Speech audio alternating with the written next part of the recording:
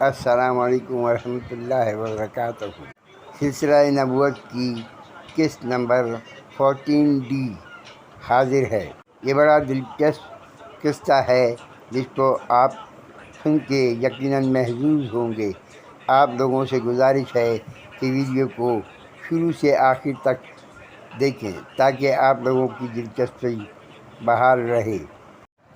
حضرت موسیٰ علیہ السلام نے جب سفر کی اطلاع مومنوں کو دی اور کہا ہم یہاں سے کوچ کر کے فرعون لعین کے شر سے نجات پائیں گے، یہ رب العزت کا فرمان ہے۔ یہ سن کر بنی اسرائیل بہت خوش ہوئے، تو بنی اسرائیل کی قوم دوسرے دن فرعون لعین کے پاس آئے اور کہا ہم تو تیرے تابع دار ہیں، ہم کو کچھ معلومات ضرورت کے تحت چاہیے۔ فرعون لعین یہ سن کے بہت خوش ہوا اور اس نے اپنے خزانے کا منہ بنی اسرائیل کے لیے کھول دیا۔ اس وقت قوم بنی اسرائیل کی تعداد 6 لاکھ مرد، عورتیں اور بچے تھے۔ بنی اسرائیل نے دل کھول کے مال و اسباب فرعون لعین کے خزانے سے وصول کیا، اور کچھ سامان انہوں نے ان قدیوں کے لیے بھی لے لیا جو راہ حق پہ تھے۔ بحکم رب العزت اسی روز ایک بیماری چلی جس سے غیر مسلم قدیوں کے گھر کا بڑا بیٹا انتقال کر گیا، تو ان کے گھروں میں صف ماتم بچھ گیا اور وہ اپنے رونے دھونے میں مصروف ہو گئی۔ رات ہوئی تو حضرت موسیٰ علیہ السلام نے حضرت ہارون علیہ السلام کی سربراہی میں اپنے لشکر کو مصر کے دریا کی جانب روانہ کیا اور کہا میں بھی کچھ دیر میں تم تک پہنچ جاؤں گا بإذن اللہ۔ شہری کا وقت تھا۔ حضرت موسیٰ علیہ السلام اور ان کا لشکر شہری کر رہا تھا۔ اسی وقت کسی نے فرعون لعین کو خبر دی کہ بنی اسرائیل کی قوم تجھ کو لعین کو بیوقوف بنا کے تجھ سے دولت لوٹ کے مصر کے ساحل پر جمع ہو گئی ہے کہ مصر سے فرار ہو جائیں۔ فرعون لعین زور سے چنگھاڑا، اس کی آواز بہت زیادہ بلند تھی۔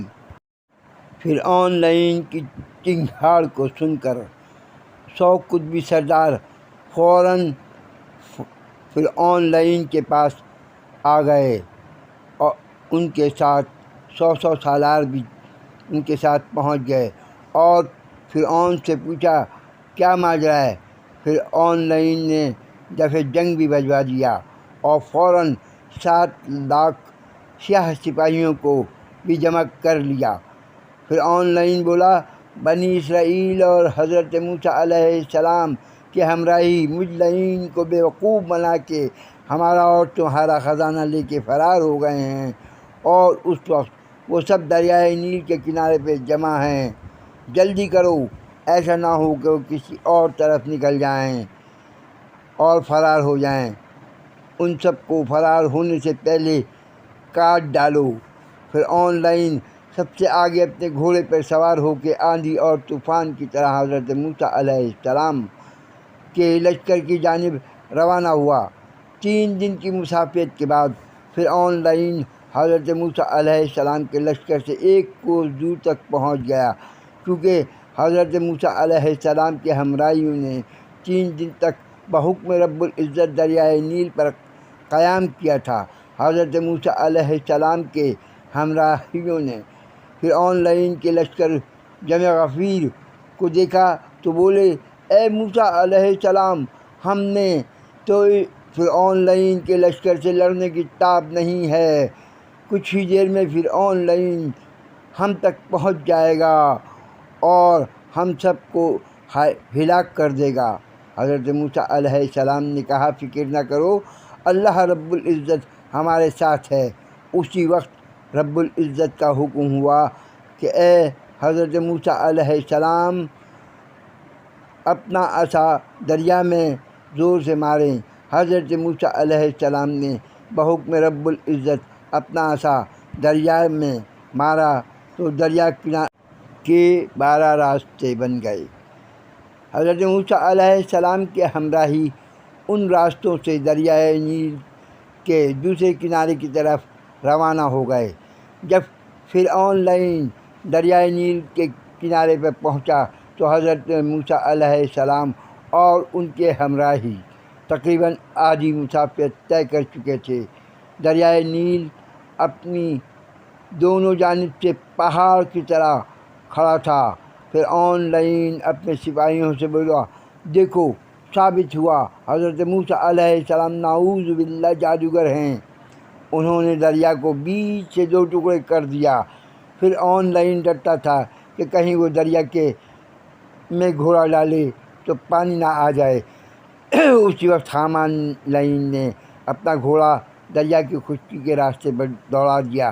حامان لائن کو دیکھ کے پھر آن لائن نے اپنے دل میں شرمندہ ہوا اور اس نے بھی اپنا گھوڑا حامان کے پیچھے دوڑا دیا۔ لیکن پھر آن لائن ڈر سے کانپ رہا تھا۔ وہ چاہتا تھا کہ اس لائن کا گھوڑا کسی طرح سے رک جائے اور واپس اپنے محل کو لوٹ جائے، لیکن اس کا گھوڑا رب العزت کے حکم سے رکنے کا نام ہی نہیں لے رہا تھا۔ جس کے بعد سارے لشکر نے اس کی پیروی کی۔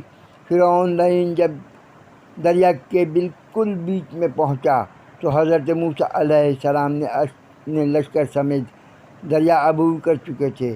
حضرت موسیٰ علیہ السلام نے چاہا کہ وہ اپنا عصا مار کے دریا کے دونوں پارٹوں کو ملا دیں۔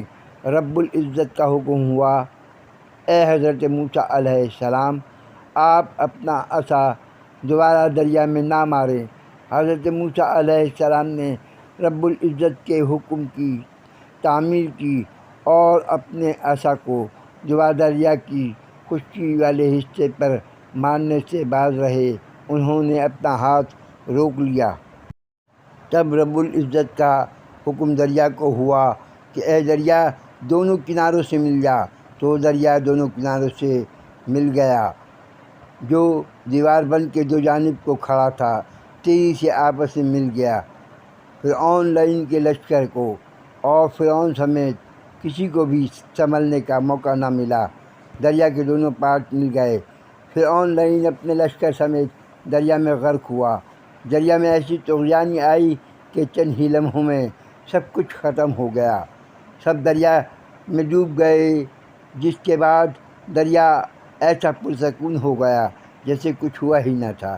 روایت ہے کہ پھر آن لائن نے جب خود کو دریا میں غرق ہوتے دیکھا تو بولا، میں ایمان لایا حضرت موسیٰ علیہ السلام پر اور رب العزت پر جو واحد خدا ہے۔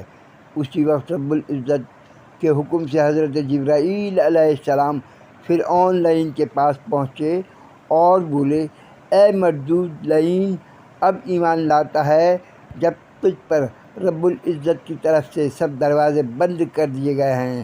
ساری زندگی تو نے حضرت موسیٰ علیہ السلام کی دشمنی میں گزارا اور رب العزت کا ملعون رہا۔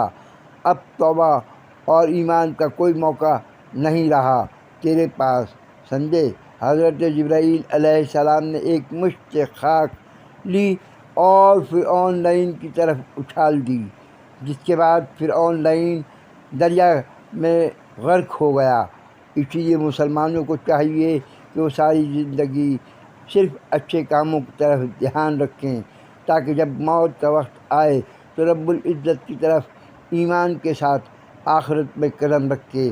اب رب العزت ہم سب مسلمانوں کا خاتمہ بالخیر ایمان کے ساتھ کرے، اور جو بھٹکے ہوئے ہیں ان کو سیدھی راہ پر چلا، تاکہ آخرت میں شیطان لعین کو خوب شرمندہ ہونا پڑے۔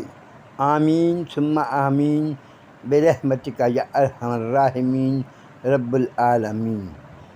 یہ منظر دیکھ کے حضرت موسیٰ علیہ السلام کی قوم نے کہا، اے موسیٰ علیہ السلام، جب تک ہم فرعون لعین کی لاش کو نہ دیکھ لیں گے ہم کو یقین نہیں آئے گا کہ وہ مر گیا ہے۔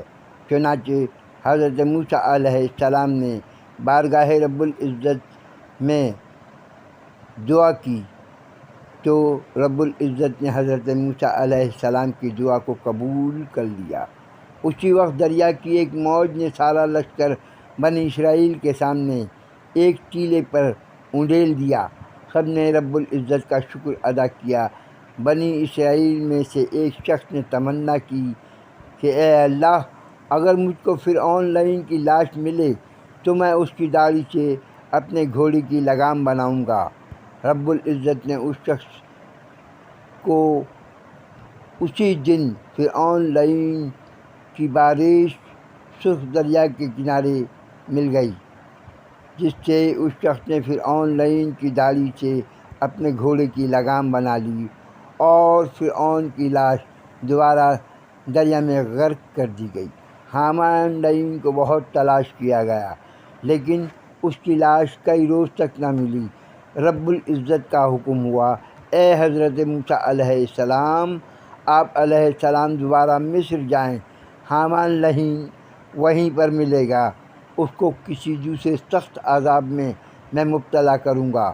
حضرت موسیٰ علیہ السلام رب العزت کا حکم پاتے ہی حضرت ہارون علیہ السلام اور اپنے لشکر کو لے کے واپس مصر کی جانب لوٹ گئے، اور فرعون لعین اور اس کے ہمراہیوں کے گھروں میں جا کے رہے، جس سے حضرت موسیٰ علیہ السلام کے ہمراہیوں کو بے شمار مال و اسباب حاصل ہوا، اور بنی اسرائیل کو فرعون لعین کی جائیداد کا وارث اللہ رب العزت نے بنا دیا۔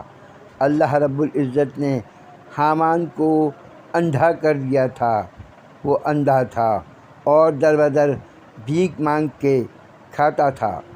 حضرت موسیٰ علیہ السلام نے حامان لعین کو دیکھا تو رب العزت کی طرف سے حضرت موسیٰ علیہ السلام کو ندا آئی، اے موسیٰ علیہ السلام، ہم نے اس لعین حامان کو اندھا کر دیا ہے تاکہ اس کی بقایا ساری زندگی موت سے بھی بدتر گزرے اور اس کا ہر دن 100 اموات کے جیسا ہو۔ حضرت موسیٰ علیہ السلام نے رب العزت کا شکر ادا کیا۔ تمام کفار ہلاک ہو چکے تھے اور مصر میں ہر طرف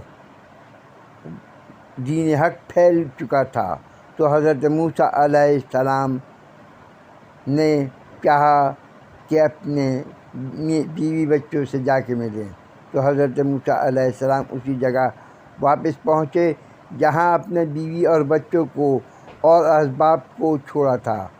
انہوں نے دیکھا کہ ان کا بچہ بہت توانا ہو گیا ہے، ان کی بھیڑ بکریاں کئی گنا بڑھ گئی ہیں۔